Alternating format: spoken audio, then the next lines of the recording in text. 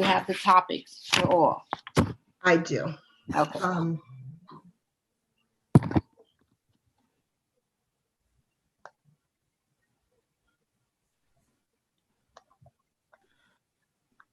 I just got Dr. Chase's message. Dr. Chase, are you going to be doing your report or no? Sorry. Are we up to the report? I'm sorry. No, we're going into public statements, but I'm just wondering, considering your message, whether. Yes, I will. I will. Okay, thank you. Okay. All right. So we are live. Laser, are we good to go? I just need a co-host to do the timer. Yep. Okay. Hold on, Ivy.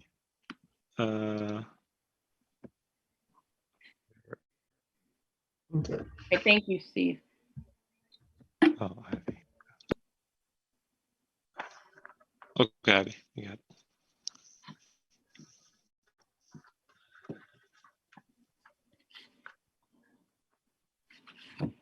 Okay, Ivy, you're good with the clock?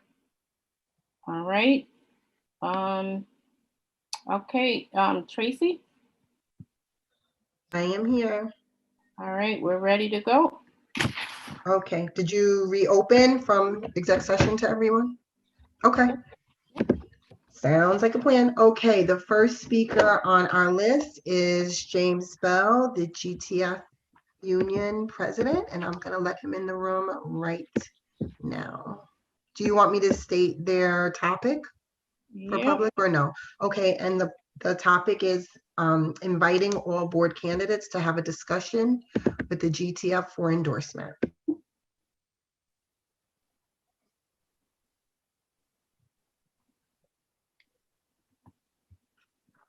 Okay, let's see. Mr. Bell, are you there? Yes. Okay. You have we have a timer on here, so we're ready when you are. Okay. Good evening, Madam President, board members, Superintendent Dr. Chase and Central Office.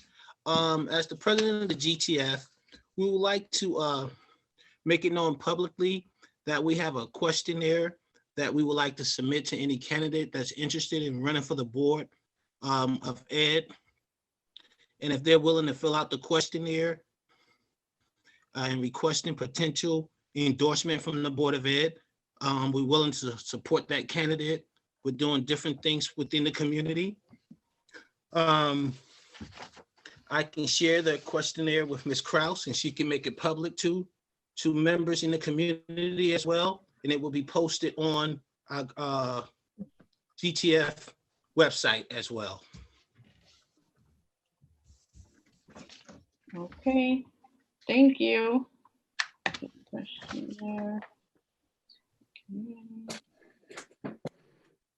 And I can email it to Ms. Kraus tomorrow. Thank you.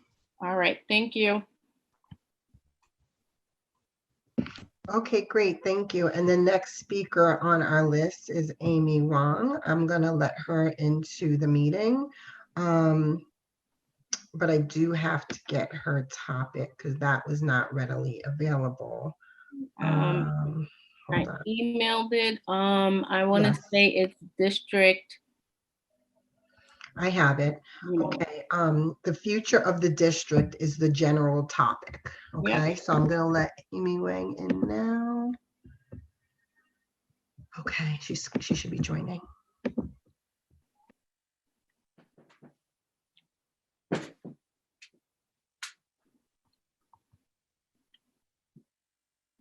Let's see. Hello? Amy? Yep, I'm here. All Are we right. back? All right, great. We're ready when you are, Amy. Okay, hang on. Let me just get my, okay. All right. So, good evening. Good evening. Oh, are we going? Should I go? Yeah, sorry. it'll Okay. start as soon as you get started. Okay. Good evening, board members, Dr. Chase, and all the admins. sorry. You kind of caught me by surprise. Let me look at my card. I just jotted down my questions. So I have a couple of requests for information. First of all is I wanted to request a return to 4 minutes for speakers doing public portion. 2 minutes is really, really rushed. I feel like a lot of us who are longtime involved parents may have more in-depth questions and multi-part questions. I feel like we should return back to the 4 minutes, simply because I understand why you guys do the 2 minutes, thinking that there's going to be an influx and the number of speakers, but I have yet to see more than, I think, a maximum of 8 speakers per session. But most of the time it's probably, you know, under 5, under 4 even. And I'm speaker number 2 today. So I would like to request return to 4 minutes so I could ask a few more questions rather than keep accumulating them so that I could ask every 2 minutes. Number 2, I wanted to find out about the search progress. How many total applications you received? How many are you guys interviewing? And how many finalists are you planning to have and present, and let us know who, you know, how many finalists they are. Number 3, I wanted to know what is the progress of the district's 3, 5, and 10-year district plan. I know we talked about this. I just feel like this is a critical year. We're facing so many changes on top of COVID. I would like to know, what is it that the district will continue, or what is it that we need to do? And also, this ties in with the upshot from the last facilities meeting. What is our district buildings? How are they doing? What are we planning to do? And how does that tie in with our future goals? And that's it. That's my 2 minutes. Thank you. Okay, thank you, Amy. Is there another speaker? Yes, the next speaker Wait, is you're not- Katie McGee, Would you answer some and of my her questions? topic I am, Amy. is I'm sorry. So Can Amy, we- I was gonna give an update anyway about the search, so I'm just gonna wait until the, not the end of the meeting, but the end of this last person that's waiting. And then I was gonna give an update on that. I'd like to say something, or answer something that Amy said. well, Before you, hold on a second. Let me just remove Amy from the meeting, and then you guys. can- Wait. I just want to say one thing. Just, why are hold on for 1 second. So I want to say, Amy, if you're talking about the strategic plan, Yes, yes. because Okay, so isn't our 5 years up? And then you were supposed to figure out, but now we're having a transition with the admin. So what are we gonna do? What is it? Have you guys even had a chance to look at the strategic plan and say, amongst yourselves as board members, to say what's important, what you would like to make sure that the next admin do, you know, like. yeah. No, I hear you, Amy. So what has been happening, or I believe this is going to be addressed at a board retreat. We've talked about that a couple of meetings. And so it's just a matter of planning that board retreat, which was, we said that was one of the things that we would address at the retreat. And yes, you're right. It ends 2021. So it's definitely on our on a list of things to do. It's just a matter of, to my knowledge, a matter of planning the retreat out, and we were planning to address it there. And I just think, I mean, as a taxpayer's perspective, this is not just as a parent, right? We're, you know, you guys are operating a $71 million corporation, really, right? And it's very important for you guys to have goals so that, you know, especially with the budget voting coming up. I just feel like if you guys as board members can show acumen and understanding and really, really have be able to understand what the district needs, because we're in the business of education, then you could really. Excuse me, I'm sorry. Sorry. So it's okay. We've been over 2 minutes, but I mean, I feel like, Amy, you're taking the opportunity to say that, you know, I as a board member is not showing understanding, and I'm not gonna just.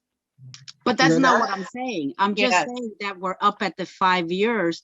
And I know that there's been talk about working on strategic planning. Correct? I mean, Yes, so Amy, as I was saying to you before, we've discussed this is multiple times now. This matter is going to be addressed at a board retreat. I believe the governance and policy committee plan to work on that along with the superintendent as far as planning the retreat. And that's where we're going to figure out how we're going to have this strategic planning meeting, because we do want to include the community in it, just like we did 5 years ago. wonderful, wonderful. And then also request to 4 minutes. I wrote that down too. Madam Chair. Yes, Ms. Carey. Yeah, I just wanted her to know I'm in favor of the 4 minutes. And if we come over 20 people, then we consider maybe 2 minutes. But while we have a small amount of people, I think they should be, the 4 minute rule should come back so people can express themselves. They don't have much time to express anyway. So I think the 4 minutes would be a good thing to go back. I'm also in agreement with the 4 minutes. Agreed. You got 3 people already. Okay, so I'm gonna put Amy back in the waiting room now, and I'm gonna get the next speaker, who is Katie McGee. And Katie McGee's topic is the superintendent search. You should be coming into the meeting now. Audio is uploading. Okay, Katie. Hi, good evening. Can you hear me? Yes, we can hear you. Okay, great. I also have questions about the community forum for the superintendent search. So I'm not sure what all, Amy, I'm just going to ask them, even if they're repetitive. Do you have the time for it yet on the 17th? So could you hold on for 1 second? Sure. Pause a second. So as I said to Amy, I plan to follow up in regards to that specific thing. So do you want to ask questions about something other than that part? And then this way you can get those questions through? Because I plan to answer it anyway tonight, is what I'm saying, to get additional information. Okay, I'm going to ask my questions just to make sure you include that in your include the answers in your description. Mm-hmm. Okay, so will it be open? Will we know the identities of the finalists going into it, or will they be kept secret? How many finalists are there? Who's moderating the forum, and what's the format of it? Will we be watching on YouTube, or will we be in a Zoom? Will there be a survey at the end, like Ray and Associates mentioned was an option where community members can then give their feedback about the finalists? Real-time feedback. I think those are my questions. Now, I spent the time 1 whole minute asking the questions because this is super important. This is the most important decision you trustees are going to make. And the rest of us don't have that power. With you, you have great power and great responsibility. And it's all in your hands. And we are relying on you guys to make the best decision possible. So I'm just urging you to do your best work, use your best judgment, thoughtfully take into consideration the feedback that you do get from staff, parents, and students, so that you will select someone who will build upon the strengths that have already been established at the district, and someone who will add expertise and help with growth and building up our weaknesses. And yeah, that's what I just wanted to use all my time to say tonight. Thank you, Katie. Appreciate that. Okay, so that was our last speaker.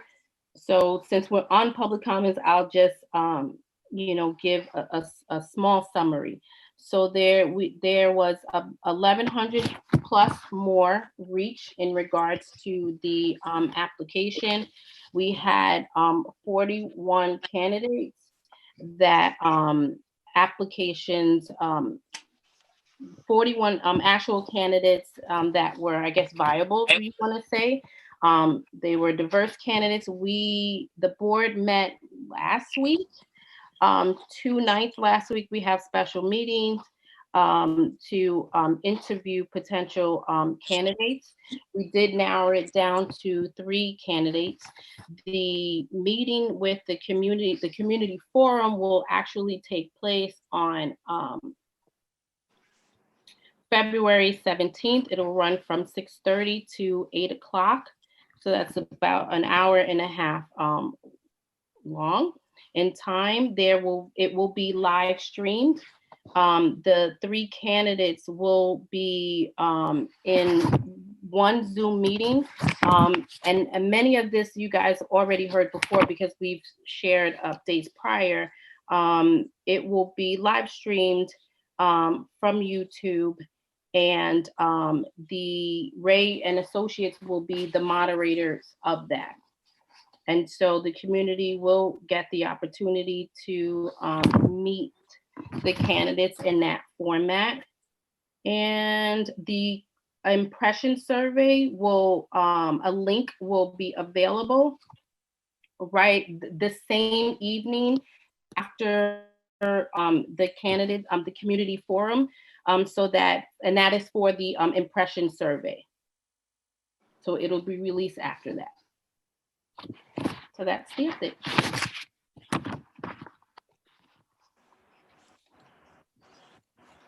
Okay.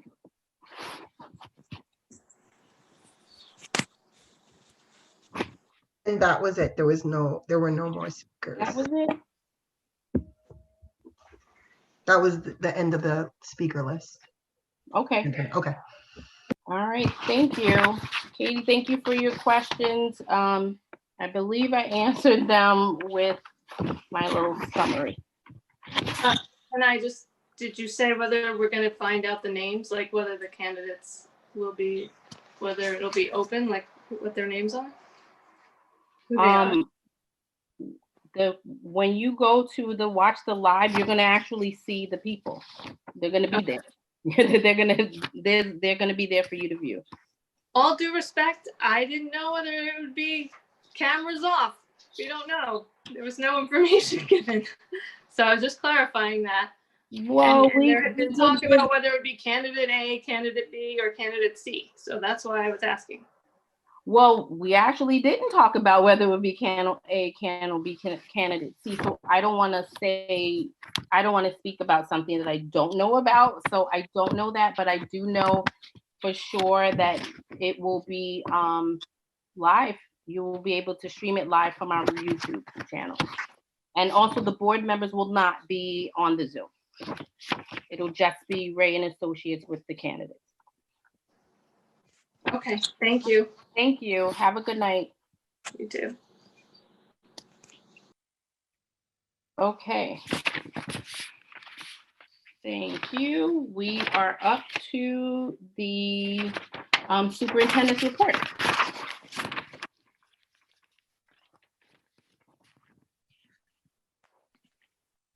Good evening, community, and those who are watching from other communities. Thank you very much for your attention. My report's going to be a bit brief this evening. I want to start by just reminding our community that our schools will be closed for winter recess next week. So parents, please know that while our schools are closed, we are committed to feeding our children and ensuring that they still have a nutritious meal, whether they're in school or out of school.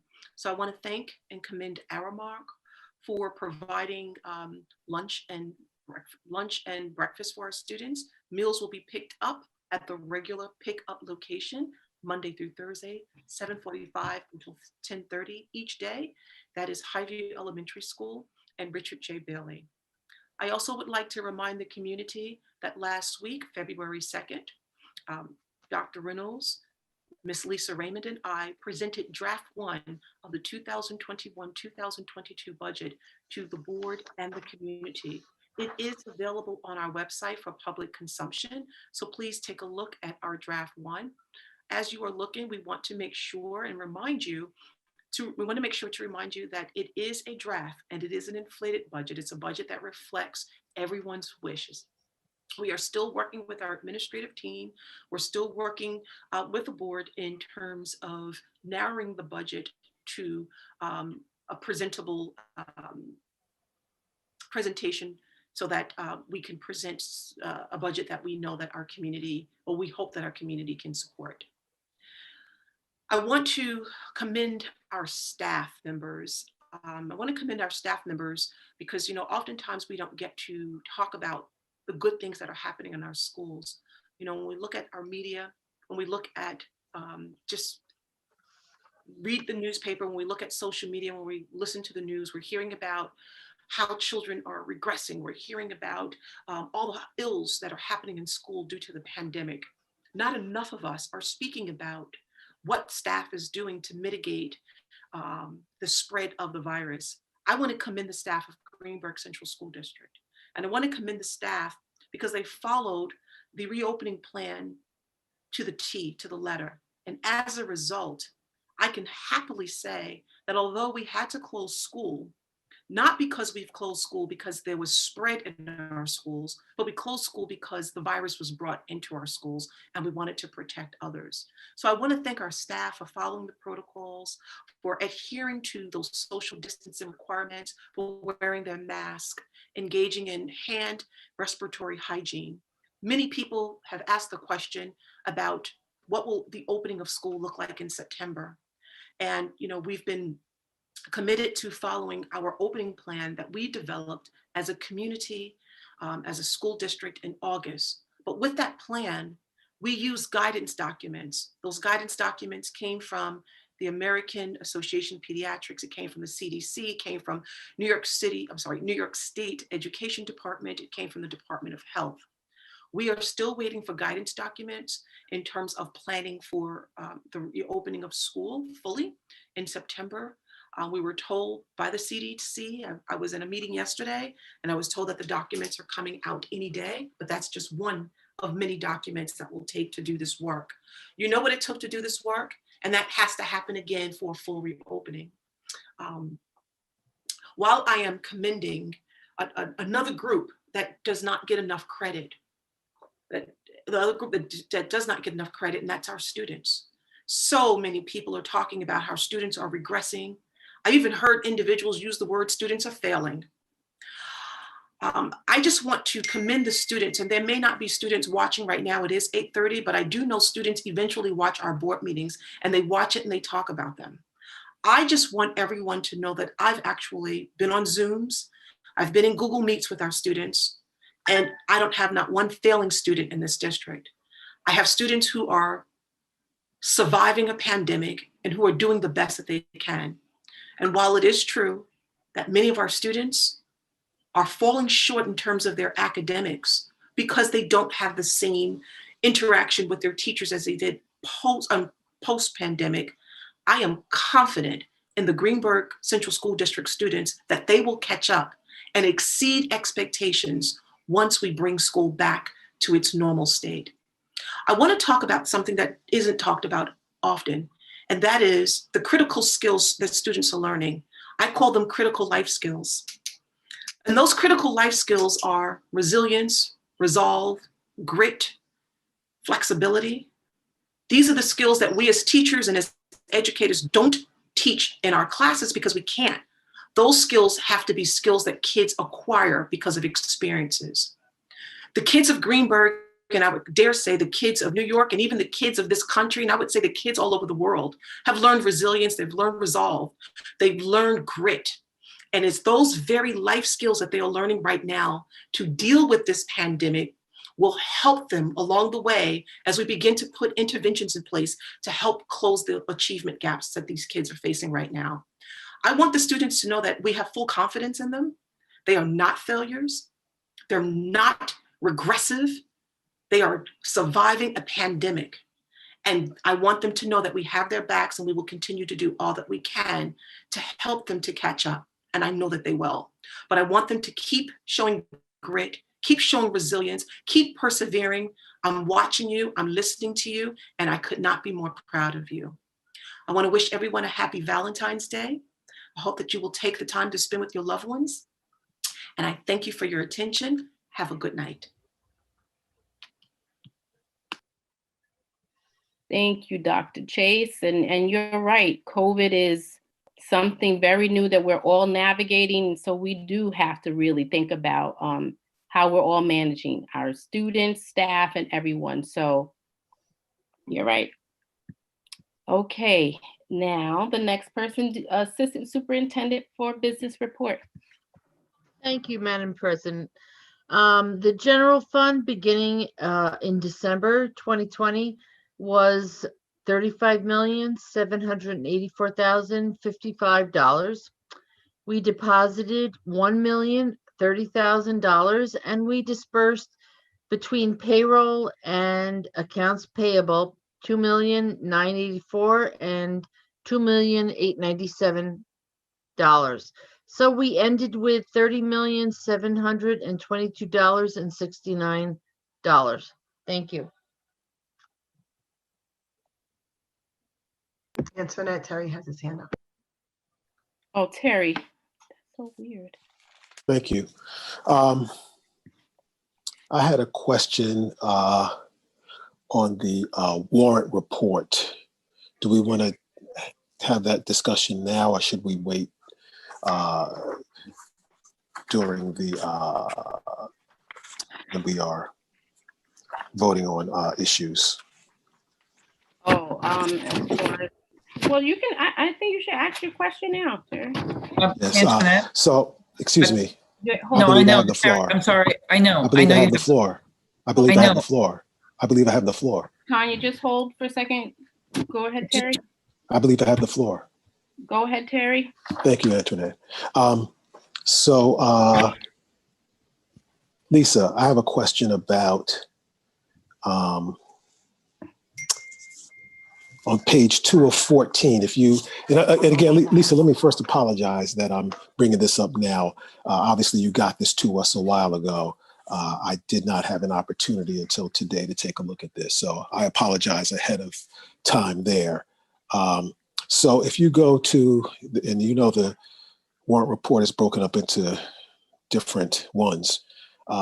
This is the one for the period 12/31/20 through 1/15/2021.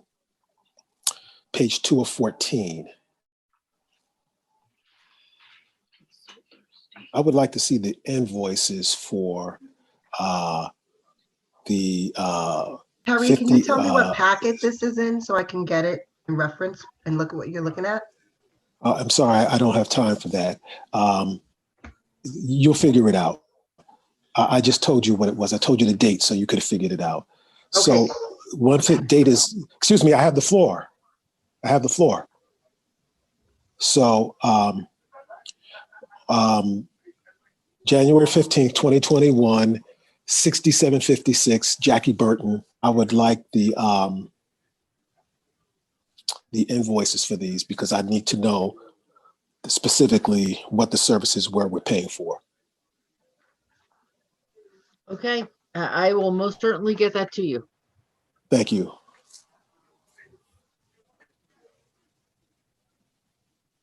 Antoinette. And Antoinette, I would ask, I would just to follow up on that quickly. Obviously, given the short notice of my request of Lisa, and it's certainly personally all on me, I would request a separate vote on this because I need to abstain since I don't have the information.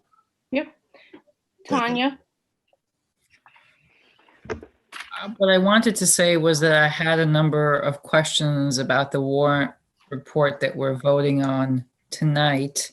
And I wanted to know if you want all those questions to be asked now, or if you want them to be held until we're actually voting on this. I had a number of them. So I don't know if you'd like to just go through the agenda and then address that at the time. Since you have a number, let's just go through. Well, what I have are the numbers of the I'm sorry, I'm just gonna have to toggle on my screen now. I think these are the transaction numbers. Lisa, please correct me if I'm wrong. I just wanted to understand transaction 235326, which was $6,000 for a microfilm reader. Am I giving you the right numbers so that you can, yes? Okay. You know what you are, if you would read me those numbers and I will get the answers for you. Okay, I will just read you the numbers then. Okay. Yes, perfect. So 235326, 235335, 235340,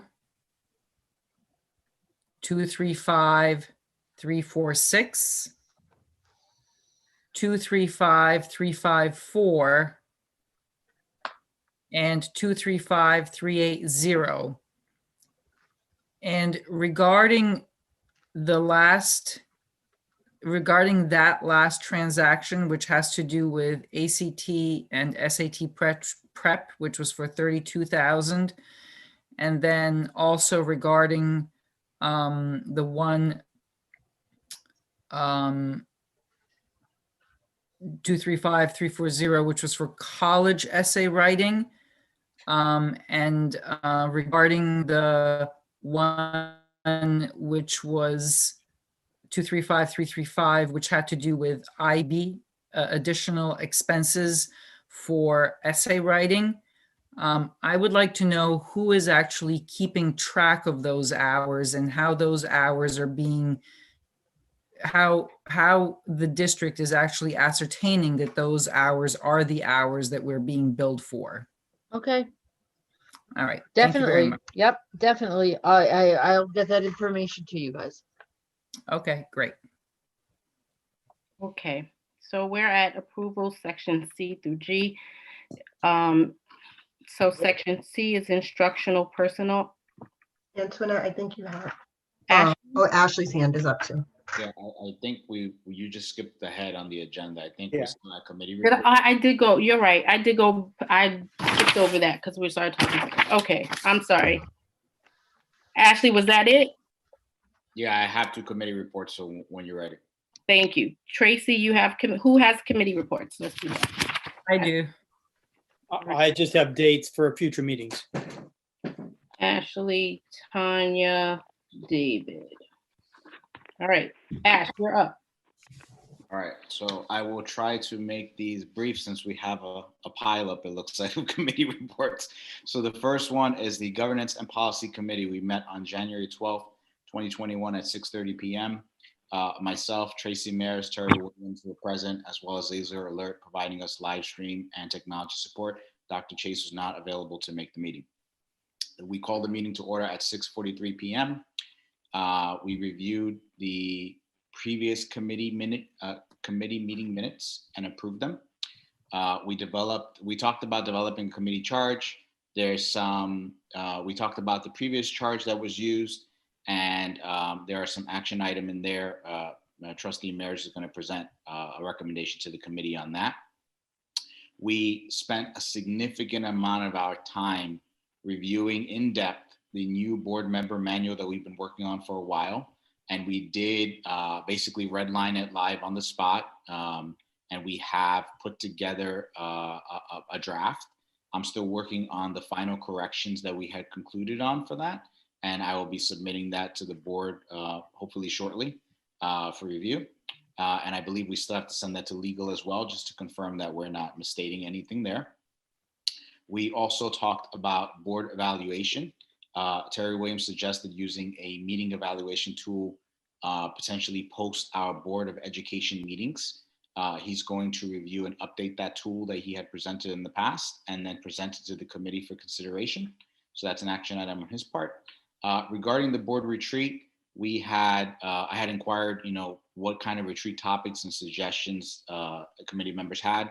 Long and short, we basically settled on team building and communication. We kind of wanted to keep it out of the realm of any non-board retreat type of topics. So in the past, we've sometimes had board retreats where we've had, some school business, district business, and it's kind of been a noticed meeting, and we do some of that, and then we go into our retreat. We were hoping this time around to have a retreat that was solely a board retreat and not address any school business. That said, we were considering team building and communication. We had ideally set out to begin that process sometime in February. Today is February 9th, so I'm a little behind on that one. Madam Chair, I will be reaching out to you to start figuring out that process. So that's an action item on my end. I had raised the Board of Education, the tone in our meetings and how we address each other, et cetera. The cliff notes there are, there was a mechanism proposed by Terry Williams to limit discussion for each individual trustee to have like a time limit. We also reviewed the fact that the board norms already have a stated time limit that we don't necessarily follow. So that said, we were going to provide a recommendation just to remind everyone of the board norms prior to each meeting. During the new business section, there was a request from Terry Williams to revisit the board norms and see if we could eliminate items number 8 and make number 9 a 5-minute timer. I'll be sending this all via email and so we can put it into Friday's packet so you guys have it. And then the other piece of the conversation was, well, what mechanism would we use? Would we put in place to enforce a 5-minute time limit per topic, per board member?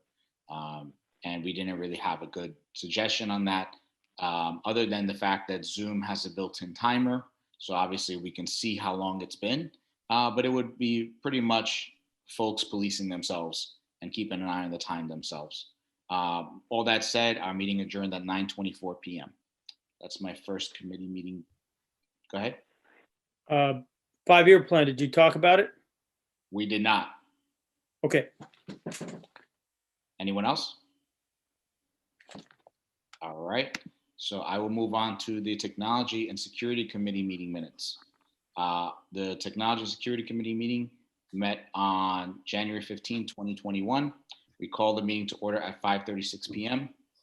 In attendance were myself, David Warner, Antoinette Darden-Cintron, Carlos Ramirez, Laser Alert, Neil Ragadio, Christina Prisco, Maria Avidipil, and Diego Rendon. During the meeting, we approved the minutes from our December 10, 2020 meeting. We approved by all as amended. From there on, we had a presentation of the status of technology at GCSD report by Mr. Ramirez. He provided some additional information on the CARES app and the CARES Act. He spoke of the changes to the CARES Act, which allowed us for access to more funds. He reviewed the chart of the LTE Chromebooks and hotspots and software programs that were brought in via BOCES. And he mentioned that the rate that we will get back based on free and reduced lunch counts is increasing. He mentioned that he is working with Assistant Superintendent of Business Lisa Raymond on submitting for reimbursements via the CARES Act for some of the expenditures we've already had for COVID, technology related. From there on, we talked about closing the digital divide and supporting school infrastructure. There was an update on that. We also had an update provided by Maria Avidipil on the status of our Chrome devices and the process they've been following. Essentially, they've been following up very persistently with the vendor, trying to ensure that they stay on the top of the list as much as possible to try to get us new Chromebooks as soon as possible. Obviously, we are not the only school district trying to do this right now. They also provided an update on the status of the repairs. So we're using a local company now to repair our broken Chromebooks. And basically that execution is going very well. The company is very responsive. They're doing a great job. When the equipment comes back, basically Neil inspects it himself to verify that it's in functioning order. And that's what's been helping us maintain some inventory in stock, even though we're still short. We then had a conversation on data privacy and security. privacy and security policies are being submitted to central admin and the BOE. We talked about data privacy officer designation, as well as mandatory training and annual report to the BOE on the phishing campaign. So a phishing campaign basically is when you try to educate your staff and faculty and administration on the dangers of email phishing, and where email can basically be a conduit to introduce malware or ransomware into the technology systems. So the phishing campaign basically is a way to bring up awareness, raise awareness as to this issue, as well as train all of our folks on how to be more careful with these things. Some of these phishing attempts are very convincing. They look legit, and it's very easy to have a slip up and cause an issue. As part of that, as I mentioned, there was a brief description on the phishing attacks. I asked about how frequent we were planning on performing a phishing campaign, just to keep awareness up to date. Mr. Rendon provided a recap saying that the click rate, in other words, how often folks are actually clicking on those messages, was going to help drive the delivery of training and instruction to try to, further educate our community so that we don't, go down that rabbit hole and hopefully not have an incident. And then Mr. Ramirez said that they'll demo the product to the committee once we roll out the service. We then went into closed session at 6:15 p.m. I'll give a high level what that was about. Basically, we talked about some security related items specifically to our buildings. And because it concerned safety, we had to go into closed session. That said, we came out of the committee, the closed session at 6:36 p.m. and back into open session. From there, we talked about some of the planning for the 2021 to 2022 budget from a technology hardware perspective. We reviewed some current policies. One of the inquiries there was the termination of employment and access to our information systems policy, as well as physical access to our buildings. Christina Prisco provided us an update on the procedures she follows to ensure that account deactivation occurs. She also mentioned student record retention and the processes that she follows, working with our district clerk to ensure that all digital records and physical paper records are matching before being digitized. Mr. Lee's alert discussed the procedures for access door controls. And then from there, we moved into a COVID-19 remote working privacy and data protection conversation.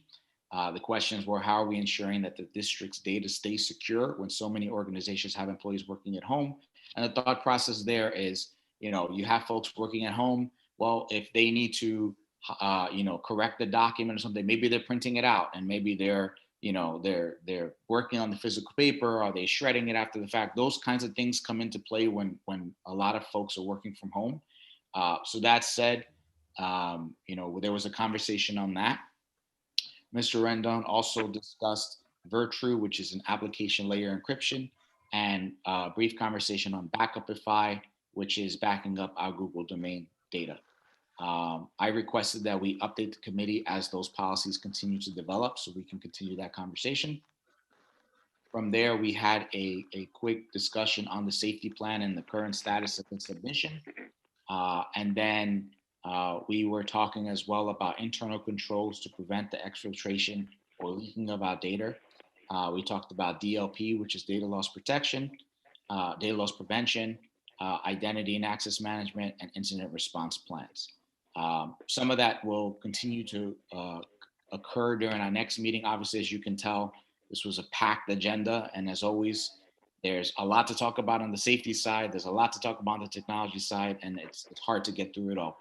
That said, we closed the motion. We called the motion to close the meeting at 7:04 p.m. and we adjourned. Any questions? I know, thank you for going through that. I know you said early on they talked about the Chromebook distribution. I was told today what my own daughter's Chromebook hopefully will, I guess, roll out next week. So have you gotten any feedback on that? did everyone get Chromebooks in? Are they, what's kind of the update on that? I'm not sure if someone from administration wants to take that, because the last I have is what I provided.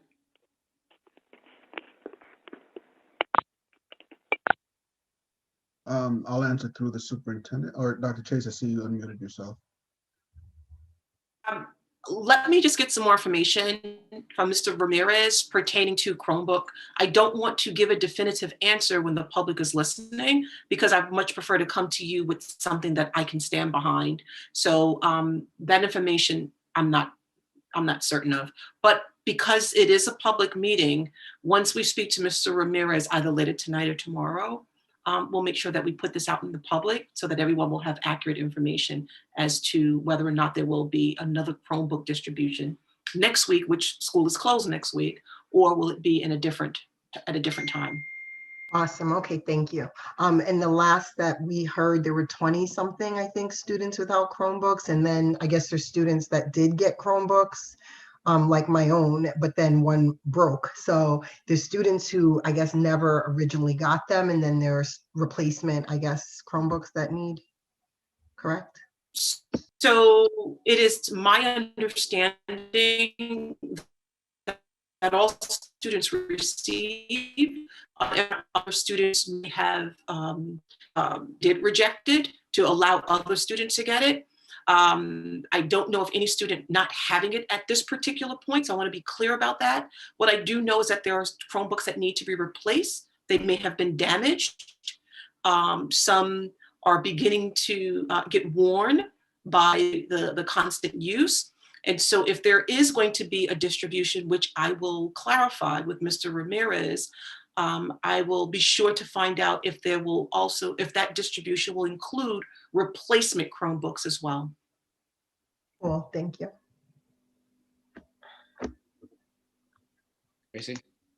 I just have I'm sorry, I have my committee reports. Were you done or do you have another one? No one has questions. I am done. Okay. All right, thank you.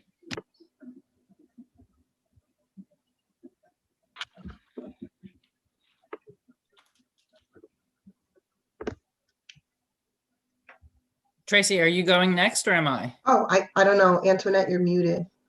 I thought I clicked mute, but I didn't hit it. Yes, Tracy, go ahead. Then Tanya, you're next. Okay, great. So I have two reports. And I emailed these to the board, so you guys should be able to follow along. I have a report from our CEC meeting, and I have a report from I know we have an ad hoc governmental relations committee that we all serve on, and I was able to attend the Westchester Putnam School Board Association meeting that they had with Senator Stuart Cousins. So I'm just gonna read my notes from that as well. So the CEC meeting that we had most recently was on January 11th at 7 p.m. These notes are not approved by the committee as yet. However, the committee's not meeting again until March, so I didn't want to have you guys wait so long for hearing the approved minutes. And these minutes, if you recall, were taken in two chunks by two different people because the original person who was taking the minutes was not able to make it to the meeting right on time. So, so please bear with me. The attendees were Antoinette Darden-Cintron, myself, David Warner, Kiana Washington, Steve Lewis, and Laser Alert were there as tech support.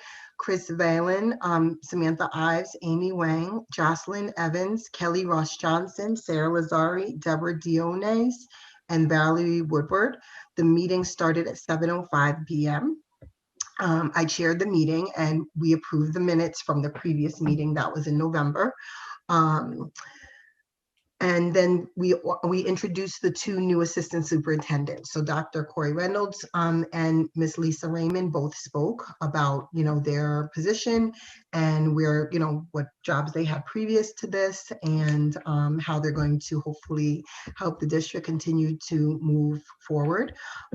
Let's see. Dr. Reynolds shared that the second marking period starts on February 1st. What else? Now we had communications. We discussed the Board of Education newsletters. and what else would be helpful for Greenberg Central School District, and how do we battle disinformation. One of the community members, Samantha Ives, suggested that all committee dates be on the district calendar and also on the Board of Ed webpage to send meeting reminders in advance. We talked about the newsletter. Chris Vallon suggested that the Board of Ed newsletter be held monthly or send a blast with information monthly. There was also a suggestion for the Board of Ed to have their own social media. We did have David Warner talk about national and state education. I don't know, David, if you want to just jump in there. Unfortunately, with the change in the secretaries during the meeting, this particular part of the meeting was not recorded.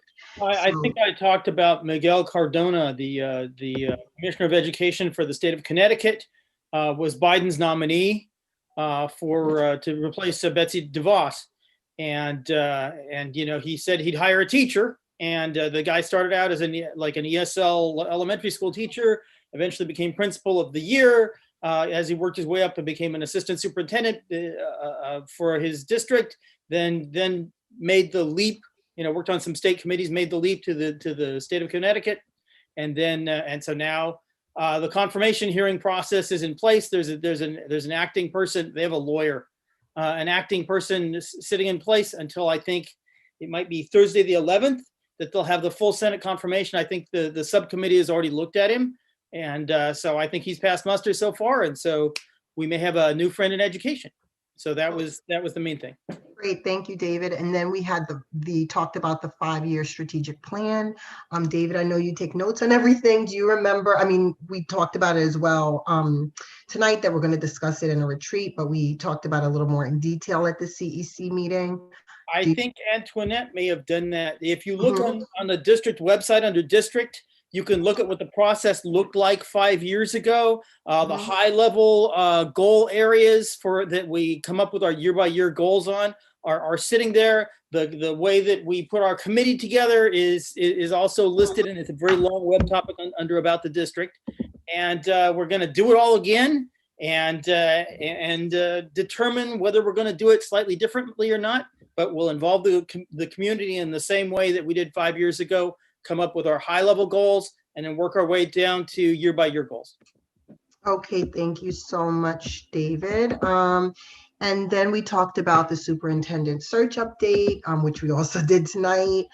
We did a facilities update, which was very brief. And David, being the chair of the facilities committee, shared some information about the building condition survey, ECP. He kind of went by building and just the different things that are going on there. The big news is that we got the prioritized list put up on the website. So if you go to departments, facilities, and scroll down to each building, you can go look, and there'll be a prioritized list of year 1, year 2, year 3. What do the architects recommend we do? That was a big deal. Yes, that was the takeaway, the big takeaway from that. Thank you, David. And then we had questions and concerns. We talked about the fact that the CEC, which used to be community engagement, was merged with communications this year, and how, you know, the difficulties around that. This year we started meetings in November. Normally we start in August. This year we started school in October. Normally we start in September. So we just talked about the differences in that. Previous years meetings were in person. Sometimes cottage meetings were held. Now they're all on Zoom. We discussed the Zoom bombing that happened in one of our adjacent committees, that it was reported to the police. It says Tracy Mears will follow up with the police. That's not actually true, but I don't know. I'm just reading the minutes as they were given to me. But I know that one of our board members did file a report with the police. I don't believe that we've heard anything back since then. I don't know if anyone can clarify that tonight. No one's jumping in, so I'm going to assume we haven't heard anything back. We talked about Tracy. Yes. I just want to say regarding that I believe that if anyone has an update on that, it should be Dr. Reynolds at this point, because I think it was kind of handed off to him. Okay. So I don't know, Dr. Reynolds, if you want to speak about that now, or if you prefer to. Or I can give you an update. So the only involvement that I've had was I was called into the police department to give my statement of the occurrence. And I was told that the person who submitted the claim or the report would be apprised of the situation. Being that I gave a report, I'm a part of the investigation, and I do not think that I am privy to the outcome of the investigation until it is provided to the board or to the member who made the report of the incident. That's my Okay. understanding. That's what I was told by the police department. Well, I'm the member who made the claim, and I was told by the police that you are the one who would be informed if the perpetrators were identified. So I So guess you today, have I not have had not any- had any contact from the police department Okay. after I was interviewed. Okay, so maybe it's time for me then to reach out again. All right, thank you very much. You're welcome. Thank you to both of you for updating that. How do we engage community members and whoever wants to be involved in the committee while still protecting the information for login, because we don't want the login all over the place and get Zoom bombed again. We talked about having a list of people who attended the CEC in the past. Chris Valen talked about how the committee was not on the Board of Ed calendar, but it was on the page, I guess, for the meeting. So how do we get the meetings on the calendar? We agreed that I would send an email to Ivy and Laser with details about our committee and our committee meeting dates. I did that, but then there was some concern about, I guess, the chain of communication as well. So hopefully now all of the meetings are actually on the calendar, which would be good. I did email everyone in the beginning of the year, the civic associations. We talked about me doing another email push to everyone. Samantha Ives talked about 10 days before the meeting, maybe send out an email inviting people to attend. We talked about troubleshooting with the Zoom meeting format. Sarah Lazari suggested advertising in social media for meetings. We talked about the Board of Ed not having a social media account. Laser talked about advocates for purchasing the email distribution list. I'm not sure what that means exactly. And then we talked about, could the board use the Greenberg CSD social media accounts? Could possibly the board use a bulleted list of dates for meeting dates? Antoinette asked the community what sort of communication they would like to get from the Board of Ed. But there's not examples here.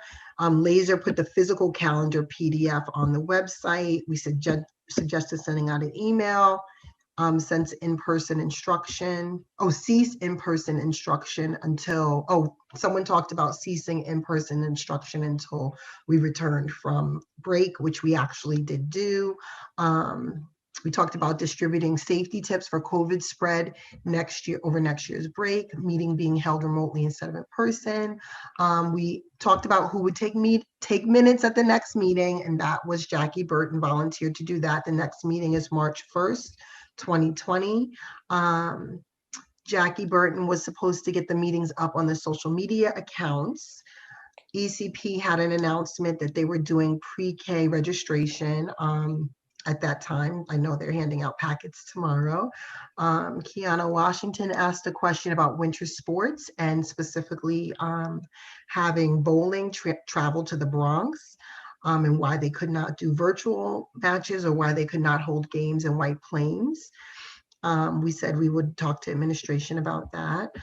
Sarah Lazari talked about people asking about kindergarten registration orientation for next year and suggests ramping up the marketing and outreach now instead of later.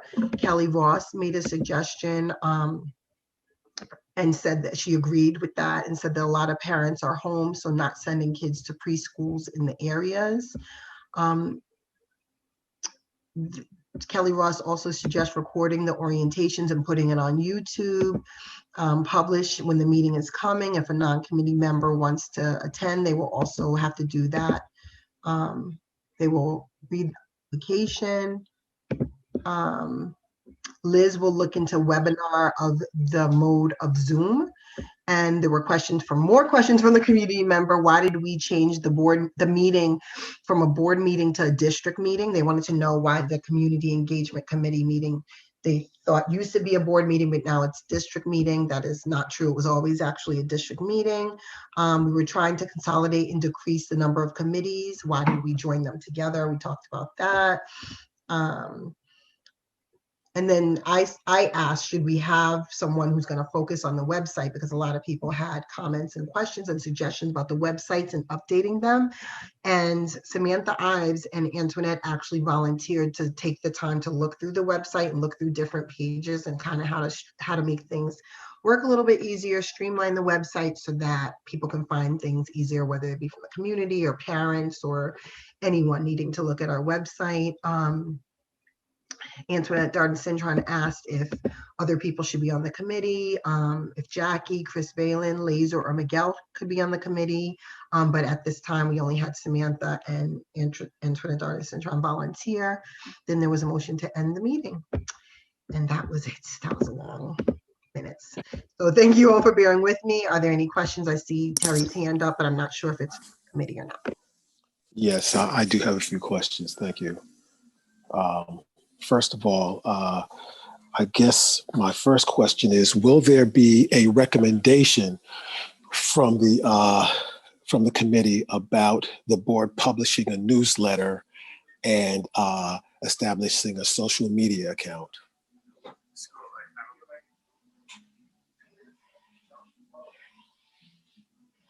So we have a meeting on the 1st, so I will ask the committee, because it was all discussion, if they actually want to make that recommendation that the board actually do newsletters every month, or if they actually, want to put that into formal recommendation, as well as the social media account. So thank you. I'll bring that up.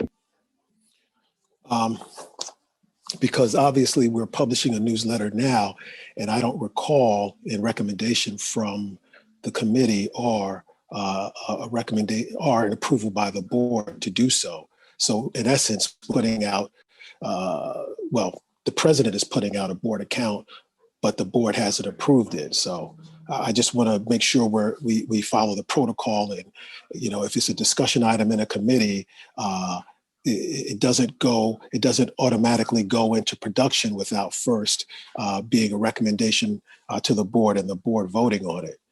Oh, okay. Well, I know that. Hold on for a second, Carol, can you just, because we did speak about this prior as with the full board in regards to that newsletter.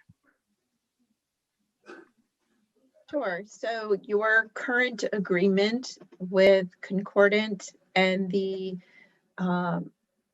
RFP that it references indicates that the district will put out regular newsletters, and it doesn't specify whether it's the Board of Education or the superintendent. So that is the authority to put out a Board of Education newsletter, but certainly whether or not the whole board wants to continue with that practice can be discussed at a meeting. So the only thing I would say to that is the operative word there, Carol, was you said the Board of Education could put out a newsletter. The Board of Education did not put out a newsletter because I don't recall seeing anything about that. I just saw the final thing, but that's neither here nor there. What I would like for the committee, if you could please consider, if you could over the next few meetings, come up with language, proposed language for the contract to tighten that up so that we distinguish between a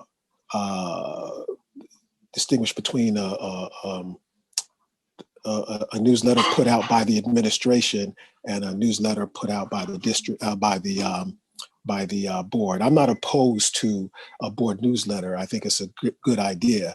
I just want to make sure that we do it correctly and that we don't incur costs that could raise audit concerns because there's no trail here of approvals by the board on that. So I have another concern or question. So if I heard you correctly, Tracy, you said Jackie Burton is supposed to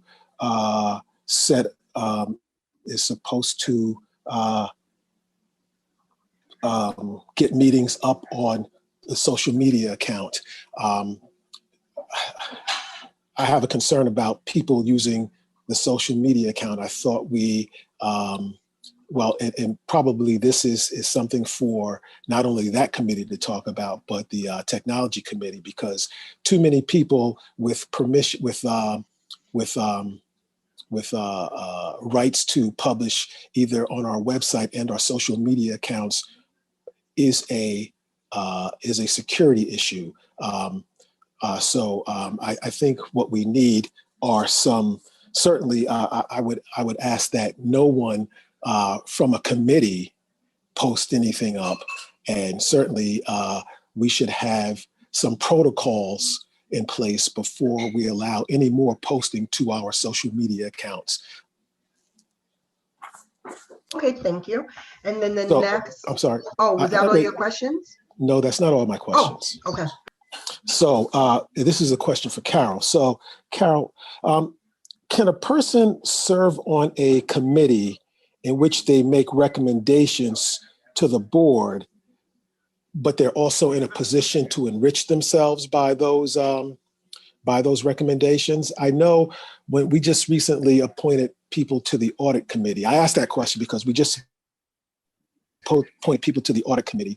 And as part of that, the audit committee, whether it's the state language, I believe it's the state language, the state pretty much said the language around the audit committee membership stated that you can't be doing business with the district and be on that committee. Did I get that correct pretty much, David? I know I'm giving a short version. That's correct. That's correct. That is a state requirement. Right. So I see I understand it's a state requirement. But does that apply to other committees that operate with the board? We have a case here where somebody is now on, is it the communications and whatever this committee is now called? We have a situation here where somebody is now a member of this committee and will have a role in influencing recommendations to the board, and those recommendations can potentially enrich that person. Is that a conflict? So there is no state law concerning that particular committee. But certainly it's something for the board to consider when making its appointments.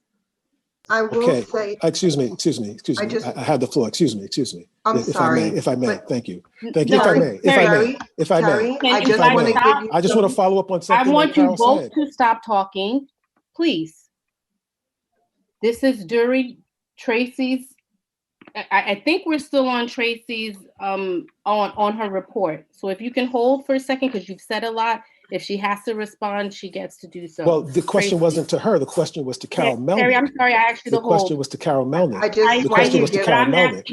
The question was to Carol Melnick. I would think that I would be allowed to get an answer, and then Tracy can I could get respond. a motion to go into a 5-minute recess? So moved. Is there a second? Second. All those in favor?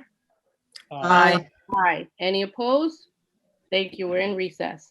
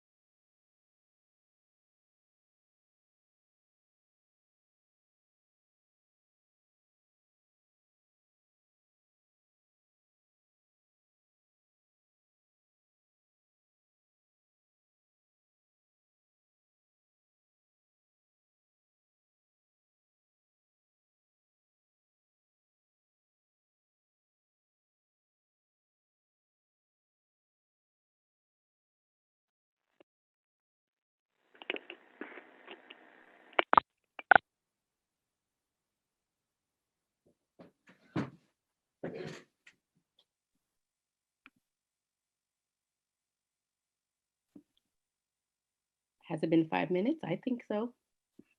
I have 9:24. So 4 minutes. So 4 minutes. Okay, we have one more.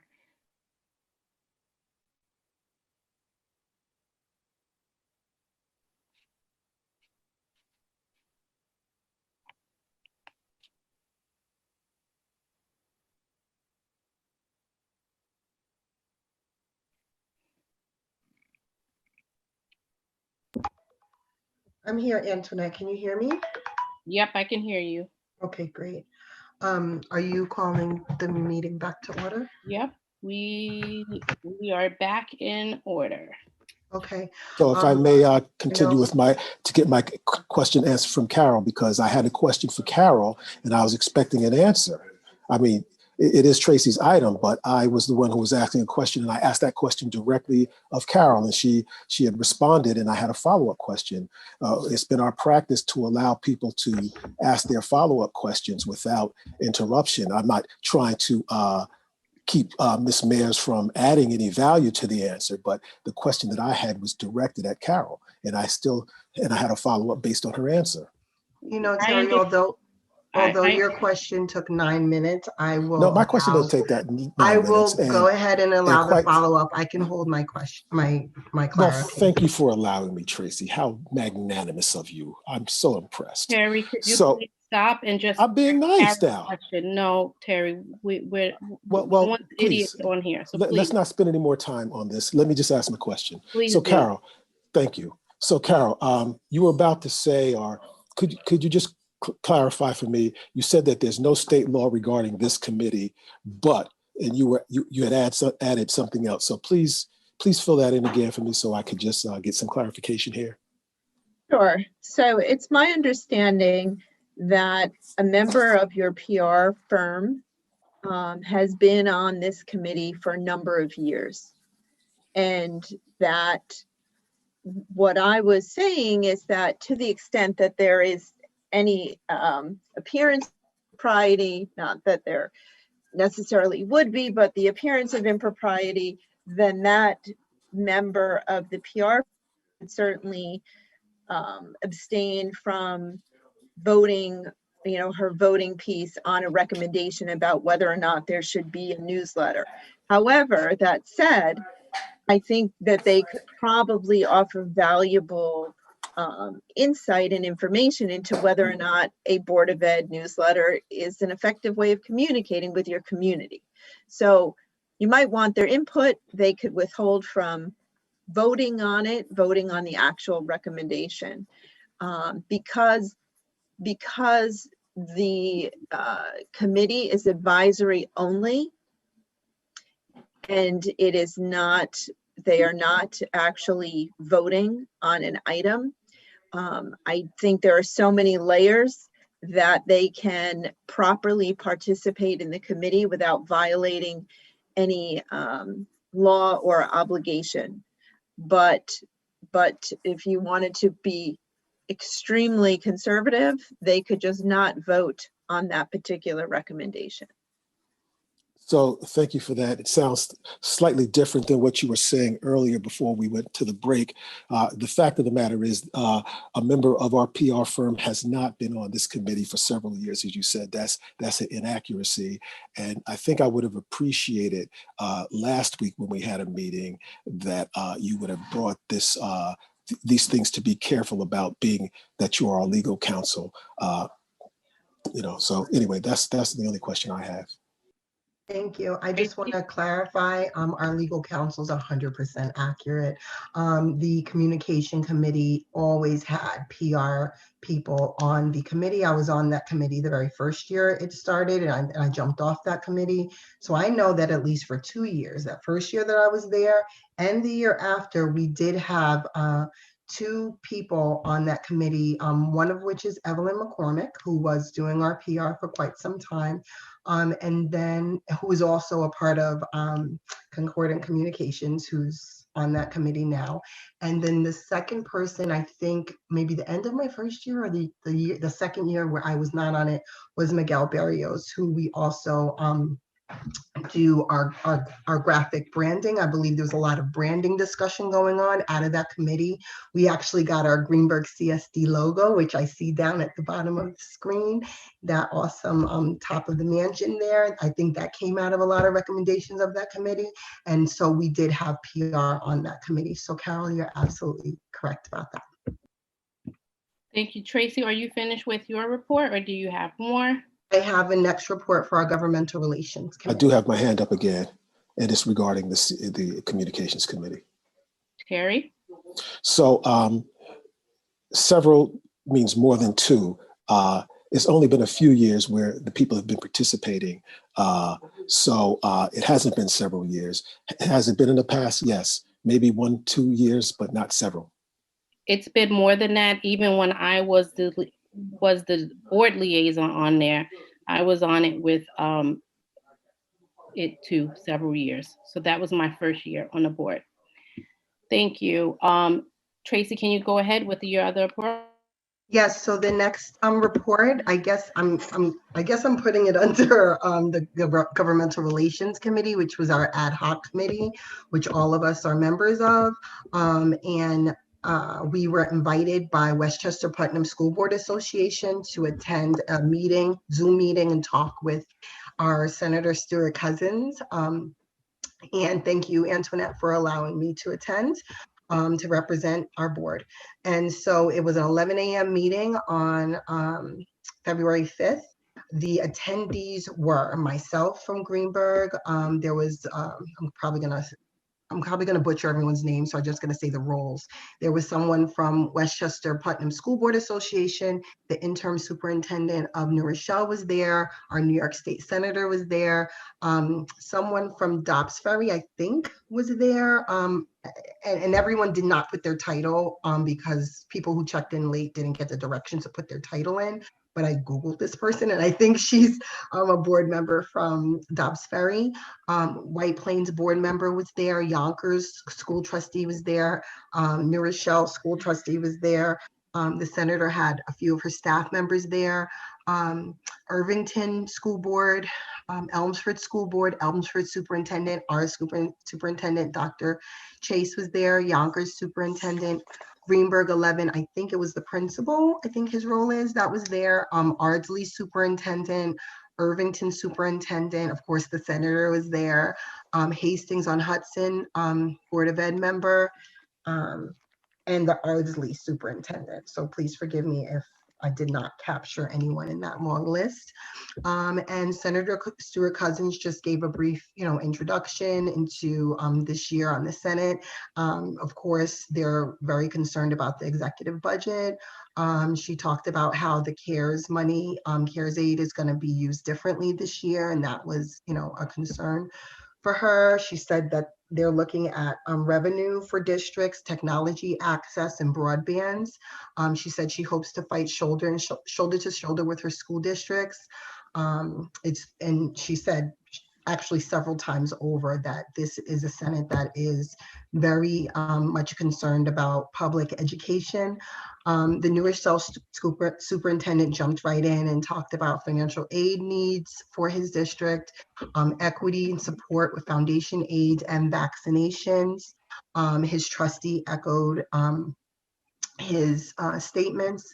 The White Plains School Board trustee jumped in and talked about the difficulty in the staff, education staff members in White Plains getting vaccinations and how long the wait is for vaccinations here in Westchester. And she talked about as well her 93-year-old grandmother not being able to get a vaccination, and Senator Stuart Cousins, 93-year-old mother, Senator Stuart Cousins jumped right in and said, why don't we try to help with that, because being that your mom's 93, let's see if we could try to help her find a location and get registered for a vaccination. The executive director talked about the need of all districts to have money allocated for PPE, which is personal protective equipment, mental health, etc. Senator Stuart Cousins agreed and also said that, the CARES money was supposed to be for that, for those gaps and needs for districts, but now it's being used as revenue. The Irvington superintendent discussed recovery. He said we're all talking about recovery from COVID, but we all are still in the triage mode.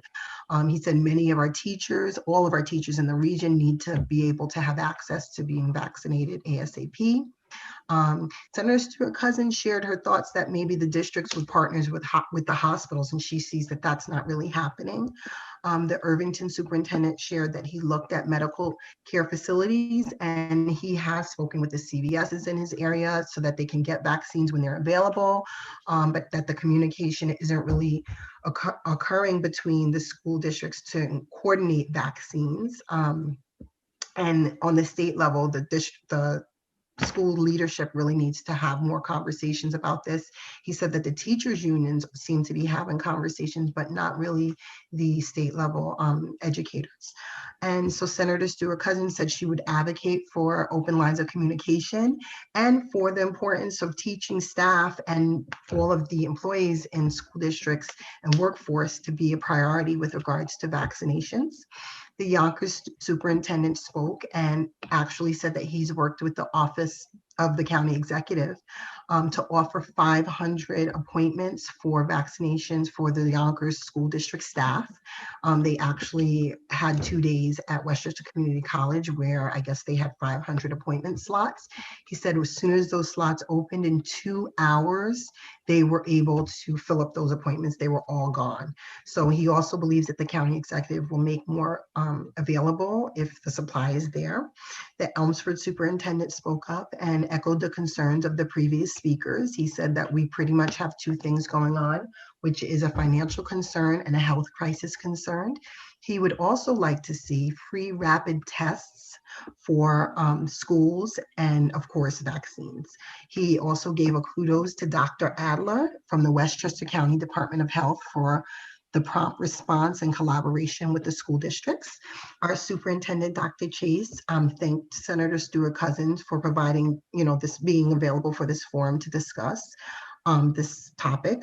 She inquired if there's going to be a look at educational inequities and how students are disproportionately affected. She talked about how staff is providing trauma-informed instruction to our students. She asked, is there a push to look at how students of color and low-income students are disproportionately affected in the 9 to 13-month achievement gap?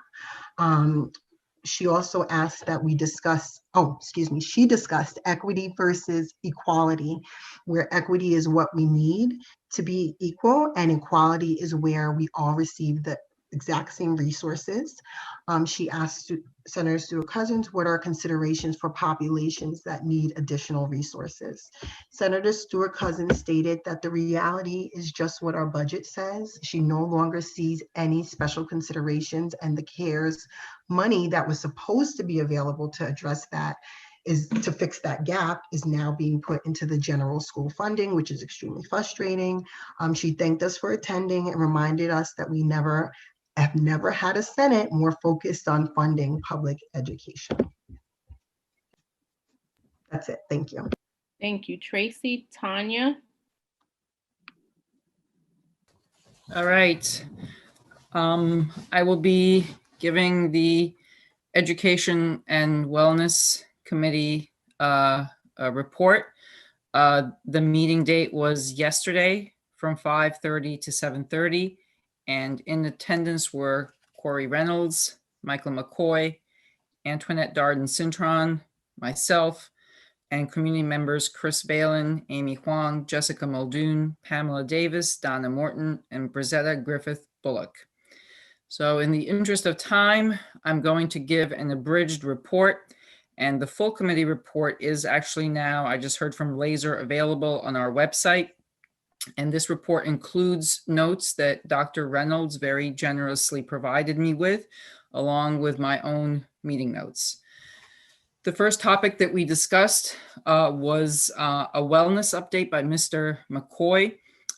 He talked about the challenges of instilling physical fitness and healthy eating habits in the current remote environment. And he discussed district initiatives to address these issues. And for the specifics, you can look at the report which is posted. The second agenda item was about IB diploma candidates' progress and challenges. Our Genesis cohort is apparently struggling with the rigors of IB essay writing, and the district is addressing this by providing students and teachers with additional training.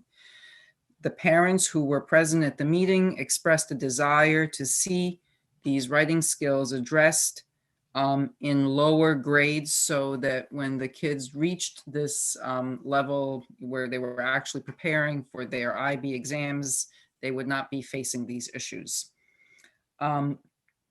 Apparently, there were requests from parents that the district make adjustments to IB diploma final assessments due to COVID.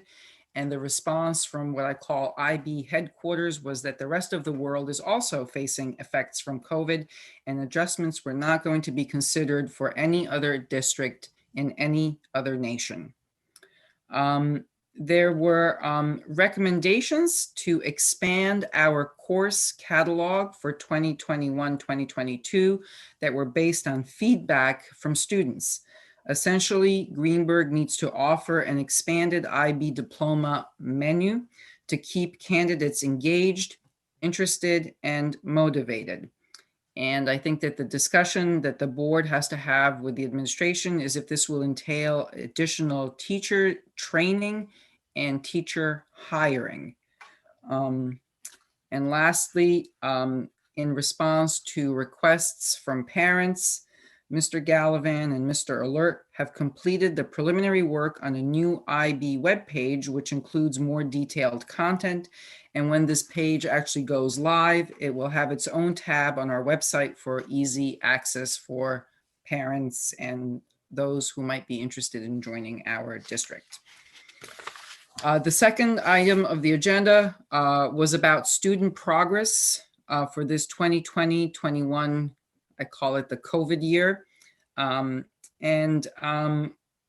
We heard that the only data that the district currently has is from iReady testing, and Dr. Reynolds, please correct me if I didn't get this right. So it was from iReady and from teacher assessments. Data analysis has not been shared with the board, nor with parents who are actually interested in having this data so that they can better understand where their children are at currently. Additionally, and this was not discussed in the meeting, but this is my own note, I know that our district utilizes Alpine for assessing and tracking student performance, and data analysis through this mode has also not been shared with the board. So to date, central administration has not done any kind of, maybe they've done data analysis, but not data sharing. And they have also not done formal surveys of teachers, parents, or students to gather data about the most urgent problems facing student achievement. Lastly, we discussed reopening plans. This is on everyone's mind. And as the board knows, we have received messages from parents who are eager to have their children back in school. So according to Dr. Reynolds, reopening plans cannot be developed until the state, region, and the district receives guidance from governing agencies. So that being said, parents wanted to know if within the confines of the current plan, we could do more. So for example, parents expressed frustration with Fridays not being a normal 5th day of instruction. And they consider that to be a sort of a 20% loss in instructional time. So they wanted to know if we could reorganize to recover Fridays for instruction. Additionally, a parent raised the issue of current, how should I put it, attendance in the hybrid mode where we have these cohorts A and B. And it turns out that we currently have 60% of families participating in hybrid learning, such that we're actually at 30% capacity when those kids are in school. So the question was if we could achieve that, if we could increase that to 50% or to whatever our maximum is. And so maybe incorporating Fridays as teaching days would allow us to attain that maximum. So all that being said, in conclusion, I'm not sure that these are really recommendations, but they're definitely conversations that the board needs to have with the administration. So for starters, the board needs to be appraised of student progress mid-year using iReady, Alpine, surveys, whatever the administration currently has, so that we can get a better feel for where students are and the work that might need to be done next year to help them recover from this past year. And secondly, the board and central administration should discuss ways to increase overall instruction time as well as in-person instruction time. This process may need to start with a survey of our families to ensure that there is an overwhelming desire to do this. And that's my report. Thank you. Okay, thank you, Tanya. Any other reports? I don't have a report. I just have a couple of meeting dates. Go ahead, David. Okay. The audit committee meeting is now scheduled for Wednesday, 2/24/21. That'll be at 6 p.m. And the finance and facilities committee meeting is this Thursday to 11/21 at 6 p.m. That's it. Thanks, David. Okay, thank you, David. Any other reports? Okay. All right. I believe Dr. Chase has her hand Dr. up. Chase has her Oh, hand I'm sorry, Dr. Chase, go ahead. Thank you. I just would like for Dr. Reynolds just to clarify for the community the testing schedule for iReady. I think that needs to be clarified. When the kids took it, when will they take it again, and when will parents get that data and that information? Thank you, Dr. Dr. Chase. Reynolds, thank you. Thank you. Through the superintendent, through the president, our district has decided that we are going to have 3 threshold assessments of iReady this year. Our students have only participated in 1, which is our baseline data that took place in October. We are scheduled to have our second round of iReady begin after the vacation when we return. Once we have that data set, we will be able to compare our students with where they've presented in the beginning of the year to where they currently are. What we'll also be able to do is utilize that data to assess how this cohort is performing against the cohorts that came before. Usual data analysis, you look at cohorts for up to 3 years prior. So that is the intent of the district. The timeline has been presented to the board through the superintendent in her packets. And we will have a third data set, which will be administered at the end of the year to see where students began to where they progressed through the school year. Okay, thank you, Tanya. Yeah, so I just had a quick question. Are we still using Alpine to gather data on students? And is that something that could be sort of analyzed and shared with the board? Through the superintendent, Alpine is a system that collects data and it is used to analyze. We do still utilize that. You must fill Alpine with data sets. So we utilize the BAS, we use the BAS benchmarking, we utilize iReady scores. There's several different data sets that are imported into Alpine that is that can be used to analyze that data. So yes, we do use it in a short answer. Okay, thank you. Tracy? I just have a question. It's not like official data question, but why don't we get feedback from our teachers directly? So any feedback from teachers would go through the principals and then through the superintendent. I'm not really sure what feedback you're looking for in terms of from the teachers, but that's typically not a board. That's typically something that doesn't come to the board, that stays with administration so that we can make internal changes as appropriate. So if you're looking for any particular feedback, I ask that you please let me know what it is that you're looking for. But in terms of teacher feedback, you have to be more specific for me. I don't understand your question. I'm just going based off of what happened at the education committee meeting where parents were asking about how the students are doing. Definitely, overall, parents will find out about how their individual child is doing.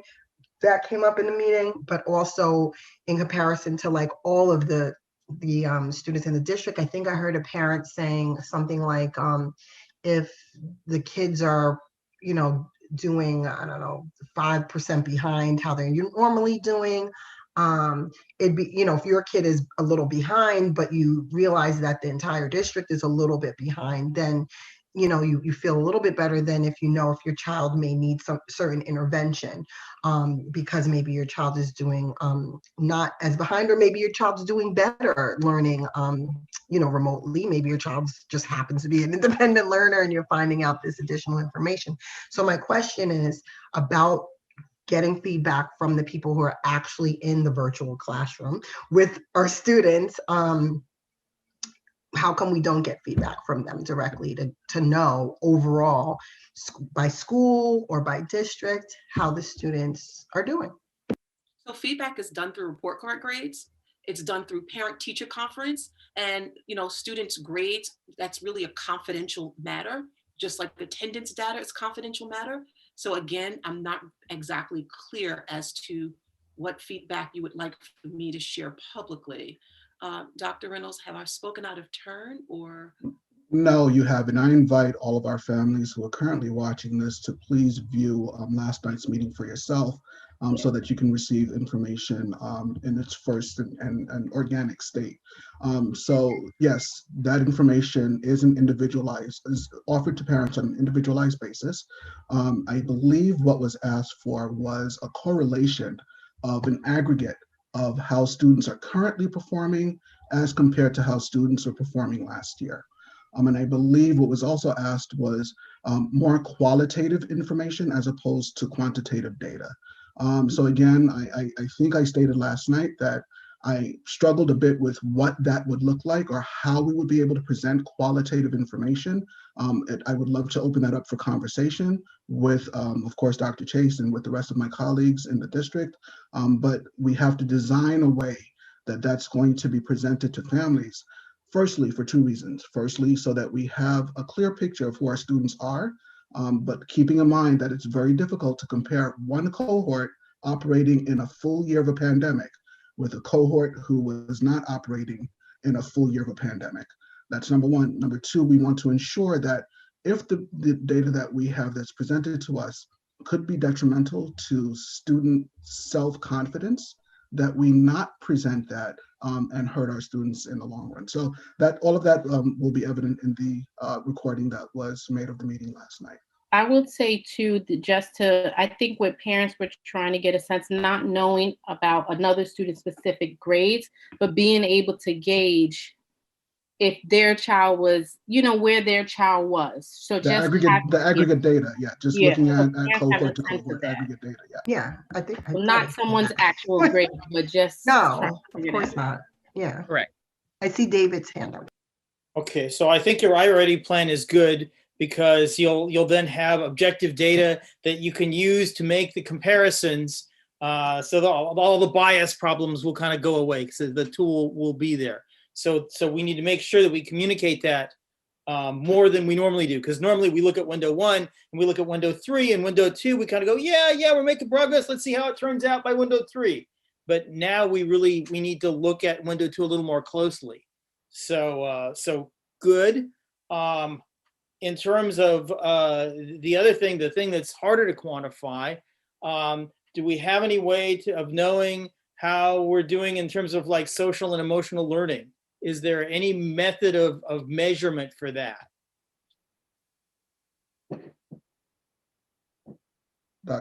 Dr. Chase? No, Dr. Reynolds, please. Sure. So that is qualitative information and qualitative data. Right. That is exactly what I would use a survey for.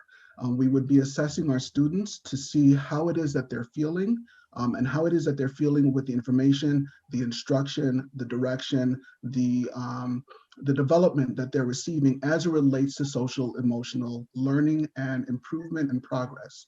Again, that is all very subjective. It is based on feeling. that would be a fantastic way of using survey data to assess how it is that we're performing and how our students feel that we're performing for them. Okay, thanks. Okay, so would we ever do that survey data? That's what I'm asking about. That was the whole question. Like, why wouldn't we hear from the teachers directly or even the students directly, like via a survey? That's my question. So we can do that. We can do that work. The important thing is identifying the correct survey tool. Some surveys will give you better data than others. Some will just give you nothing at all. Keep in mind that, we're looking at qualitative versus quantitative. We're looking at opinions.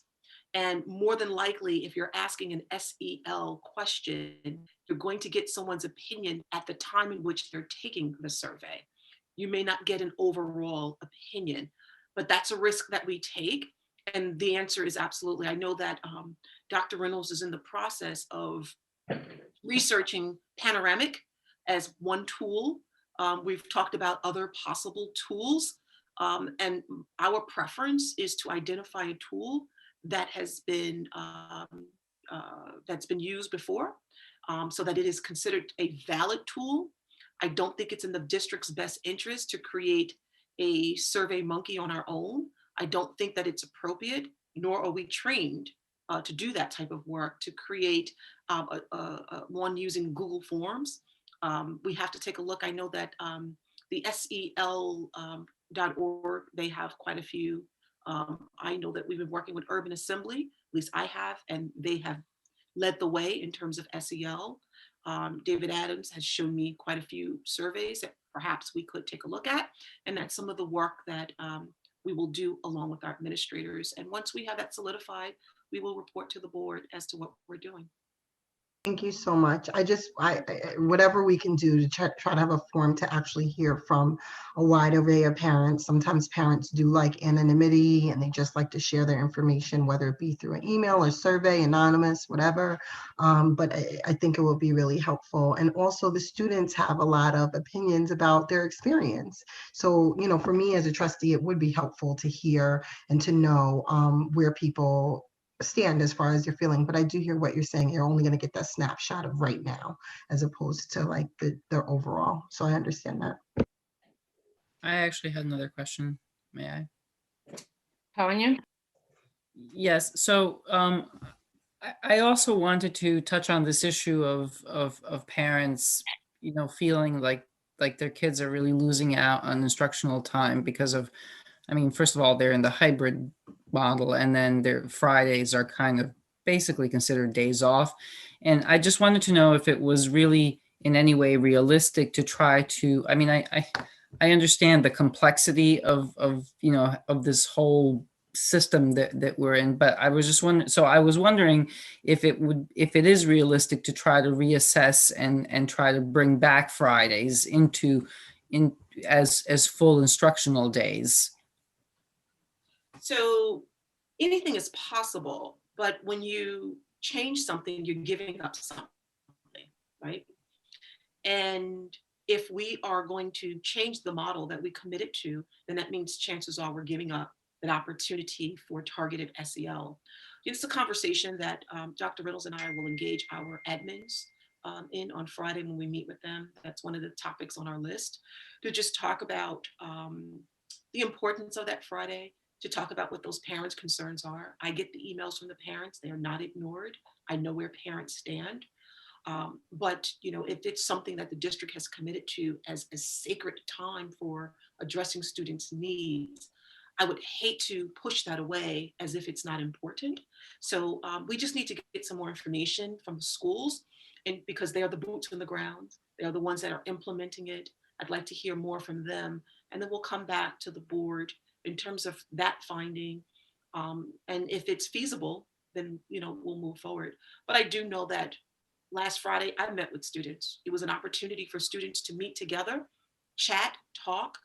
We were with a particular club. They were with some very prominent women from Westchester County talking about their future. That was their SEL, and I was part of it. And I watched children who were reluctant to turn on their cameras who actually turned on their cameras and posed and smiled. You know, it's those opportunities that we will miss and that our kids need so much during this pandemic. So again, we'll get some more feedback. And then I'm hoping that we'll have more conversation about this. Thank you. Thank you. Dr. Reynolds, is there anything that you'd like to add, or did I cover it all? I think you covered it all. Thank you very much, Dr. Chase. All right, be well. All right. I'm assuming that is it for reports and all of that. All right, so now we're up to policy presentation. Okay, we have policy amendments to be considered for board adoption at the February 16th, 2021 meeting concerning the annual organization meeting, records management, and school safety plans, and one new policy concerning absentee ballots. Copies of these policies will be available on the district website. All comments concerning the policy should be submitted in writing to the Board of Education. Okay, so now, Ashley? You say February 16th? Yes. It should be March. Can't be Friday. That was my error. I apologize. It should be March 16th. It's okay, Ivy, I apologize, I didn't catch it. All right, so correction, that's March 16th. All right, so now we are up to approval. Let's go. All right. So is there approvals section C through G? So section C, instructional personnel items. Is there a motion to approve the instructional personnel items presented to the board for approval this evening? So moved. Second. Second. Is there any discussion on that one? No. All right, all those in favor? Aye. Aye. Any opposed? Any abstentions? The motion carries. All right. Section D, board action items. Is there a motion to approve the board action items presented to the board for approval this evening? So moved. All Second. right. Okay. Any discussion on any? All those in favor? Aye. Aye. Any opposed? Any abstentions? The motion carries. Section E, finance items. 2 needs to be a separate vote. I would say, just, Yeah. okay, is there, hold on.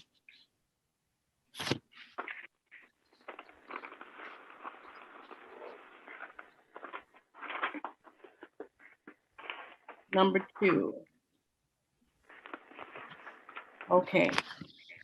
So is there a motion to approve the finance items except for item 2, number 2, presented to the board for approval this evening? So moved. Is there a second? Second.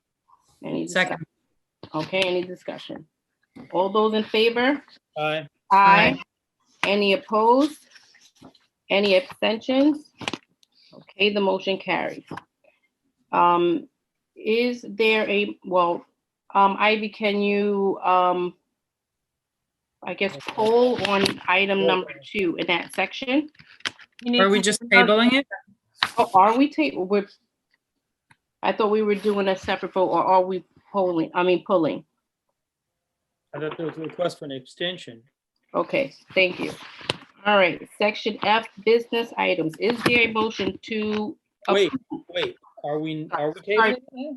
I would prefer we table it, but I don't know how to do that. I mean, if you guys said to table it, it's tabled. I just wrote my notes. I put pull thinking to do a separate vote. Right, But that if was it's the not original pulled, request, so. if it's not pulled for a separate vote, and we're saying just to table it. What are we talking about? I would like to table it for next time until, so that when we have the answers to our questions, we can just vote on it. Ms. What are Carey? we talking? All right. The warrant report, Ms. Carey. Ms. Carey. There were some, I think Tanya had something. Terry had something as well. Okay, Ms. Carey? Yep. Okay, so that is just pulled, it's tabled. All right. Section F, business items. Is there a motion to approve the business items presented to the board for approval this evening? So moved. Second. Okay, all those in favor? Aye. Aye. Any abstentions? Okay. Any objections at all? All right, that carries. We are now up to, I have a question. I'm sorry, go ahead, Tavy. Table, Terry. So going back to E, didn't we have, we voted on E1, Treasurer's Report. We tabled E2. What about E3, Budget Code Transfers? We passed it. Yeah. Oh, I thought so the motion was accept I thought E2, there right? was two, yeah, E2. Well, actually, if Ivy could read back the motion for me, I would have greater confidence hearing it from her.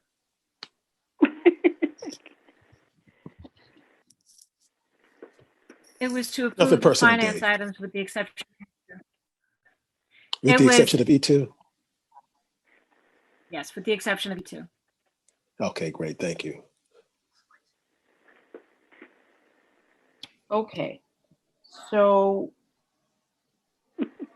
Section G, Ms. Gary, don't laugh. Section G, pupil personnel service items. Is there a motion to approve the pupil personnel services items presented to the board for approval this evening? So moved. Second. All those in favor? Aye. Aye. Any opposed? Wait, I'm sorry. Ivy, I see you with your hand up. No, after the motion. Oh, okay. So all those in favor? Aye. Is there a second? I mean, is there any opposed? No opposed? Any abstentions? The motion carries. All right, Ivy? My apologies. With respect to the motion that Mr. Williams was asking about, you actually said F2, not E2. I said except for, I said, is there, I said, is there a motion to approve the finance items presented except for 2?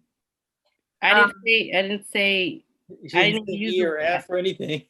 You didn't hear enough. Okay, my apologies again. Yeah, because You did say 2. I thought the letter was F. My apologies. I'm sorry. No, I just read the section and then I read the motion and I said except for 2. Okay. Okay. All right. Okay.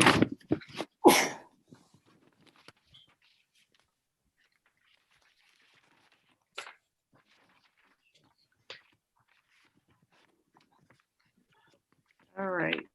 We are up to very end. Okay. So do we have any new business? Yeah, I'd like to bring up just a couple of things, please. All right, Ms. The Carey? the first thing is I want to make sure that we are aware that there will be a update on the freezer and that it will be installed in the very, very near future. And when it is, the board is made aware. That's number one. Number two, I'm very happy to get all of that information about your committees. But Lord, had you all just talk on those committees, we don't need to have all that information. I think it can be compiled into a synopsis, and you can, and if you need to have minutes, then the minutes can be written out and maybe put in our packets. But when you report, just give a brief synopsis, because it took us an hour and 5 minutes to go through the meeting, reporting the minutes from the meetings. So I'm just saying to you, it's wonderful to hear all of that, but I just think that it could be kind of like condensed a little bit. And if need be, just have them written out and put in our packet so that we could read all of the excess of the information. And I think that would be a great thing for us all. Maybe not, but for me, it would be anyway. Thank you, Ms. Carey. I believe, I remember, I think it was my first year on the board, we talked about sort of having a shorter summary about it. So, but what I do like that is happening, we are sharing the minutes of all the committees via email to all the board members. If we could just keep that up, we should review it and highlight, summarize. All right. Sounds good to me. Is there any other new business? Tracy. Hi, so I was able to get a series of emails from the facilities committee meeting, I guess, and as a parent and community member, because I'm not on that committee. And I'm wondering if we need to, I guess, David or anyone want to give feedback, do we need to have a meeting or a conversation with the entire board about our priorities or plans for the buildings? You know, I heard a lot of discussion, I guess, between what our original plan was with the priority list from our contractor or our architects with the needs of all of our buildings. But then COVID happened and there was a lot of conversation about prioritizing getting kids actually in buildings or in alternatives of buildings so that they can actually be in school. September is approaching quickly, and I'm just wondering if we need to, as a board, kind of have a full discussion instead of on the committee level. David? So what we need to do and what the board asked us to do is to come up with a recommendation sooner rather than later. So I just announced that we're having a meeting on Thursday. And if we like what the architects come back with, then we forward it as a recommendation to the board, and the board takes to have its full-fledged discussion. That's the next step. So, okay. And if we don't like, if we don't like it, we'll scramble around and try and have a meeting prior to the March work session to clean it up. So we're targeting trying to get something to the board by the March 2nd. Okay. If we can do that and have that on the agenda for the entire board to have a discussion, that would be great and wonderful. Do you, I mean, I just was looking at the emails and I've heard from a couple of parents directly. Do you expect that to be kind of a long discussion, being that the 7 of us have pretty strong opinions usually? Well, that's up to the board. So David, so are you requesting a facilities, I don't know, talk at our... We're certainly not going to do a short version of our recommendation to you. We're going to try and give you in advance the materials that come to us out of BBS Architects, because you requested that last time. So you can look at it in advance, and then maybe that'll save some time. But we expect to at least tell you what the recommendation is and let you go to town on it. On March 2nd. Yeah. Go to town on it. Thank you, David. All right. Terry? Thank you. So David, do you envision the meeting with BBS? Do you envision that you guys are going to narrow down the recommendation in some way? What has happened in the last meeting? Let's have ABC. Let me rephrase that. I'm a little concerned about. I'm concerned about possibly not getting the full. Am I freezing or is David freezing? You're visually freezing, but your voice. I think I'm frozen. So I thought you'd frozen and then you kept talking. Let me take my picture off. Okay. Yeah, sometimes if you turn off your camera. Let me switch to my picture. Can you hear me? Yeah. Do you want to invite the architects? I'm not hearing you, Dave. Would you like? Yeah, I can hear you now. Yeah, because this is the deal. Yes, that is essentially what I'm saying, because my concern is this is a very big project. This is the decision that the entire board will make. And I would feel more comfortable hearing all of the information unfiltered straight from the subject matter expert here. Antoinette, Did that come through? Get that into the agenda. I'm for that. Say that again, Terry. I'm sorry, say that again, David. Inviting BBS architects to the March 2nd, is it March 2nd, just a second? Yeah, the March 2nd board meeting. Yeah. Good.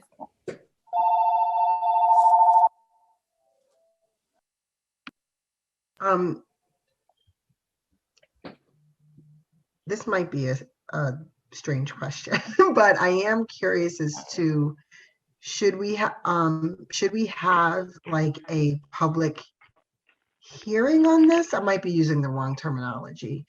Is it just that the public can, if they have an opinion about the buildings or about any of this topic, they can sign up for public comment and then comment ahead of time? Or should we have kind of an open public hearing on this where the architects present the information, your committee, you explain what your committee discussed, what the recommendations are, then we hear from the public directly about this topic? Or is that not how it's done? I'm not going to try and stop anybody from doing that. If you want to do that, we can do that. I'm just wondering if that makes better. I mean, how else are we gonna? No one else is saying anything. I don't know what that means. Well, I have something to say. I mean, I think Tracy, the discussion is really going to be about how to spend the money that we currently have in the capital reserve. And I guess, at some point we just have to move and we have to go with what our architects are recommending to us, right, as the major priorities to be addressed by that. Now, I don't know what they're going to come at us with, on Thursday. I mean, they could say, here's the menu and pick a few things, in which case maybe you'd like to have public input, but I've asked for them to come back with what are you going to do over the next 5 years and when we go to bond and all that kind of stuff. We want to not just a plan for the spring, we want a plan with a little more scope. So I'm sure if you reach a point, you use up those reserves and we hope the economy recovers a little bit. And then they say, oh, and you need a $5 billion bond 2 years out, then people are going to have an opinion on that.